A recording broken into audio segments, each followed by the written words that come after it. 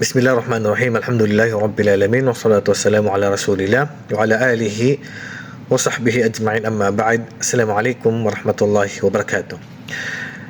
Ang tanong ng isang nagfa-fasting, yung paggamit ng oxygen gas sa isang may sakit, lalagyan siya ng oxygen, hindi ba masisira ang kanyang fasting dahil sa kanyang karamdaman? Siyempre. At lalagyan siya ng oxygen, pero magpa-fasting pa rin siya. Hindi ba masisira ang kanyang fasting kapag lalagyan siya ng oxygen gas?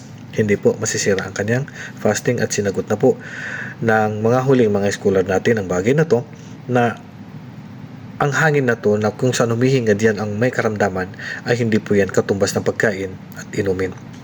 Napapasok sa kanyang lalamunan ang pagkain at inumin. Kaya naman, ang paggamit ng oxygen gas ay hindi po nakakasira ng fasting.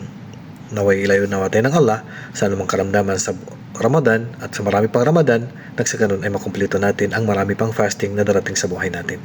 Wallahu a'lam. Assalamualaikum warahmatullahi wabarakatuh.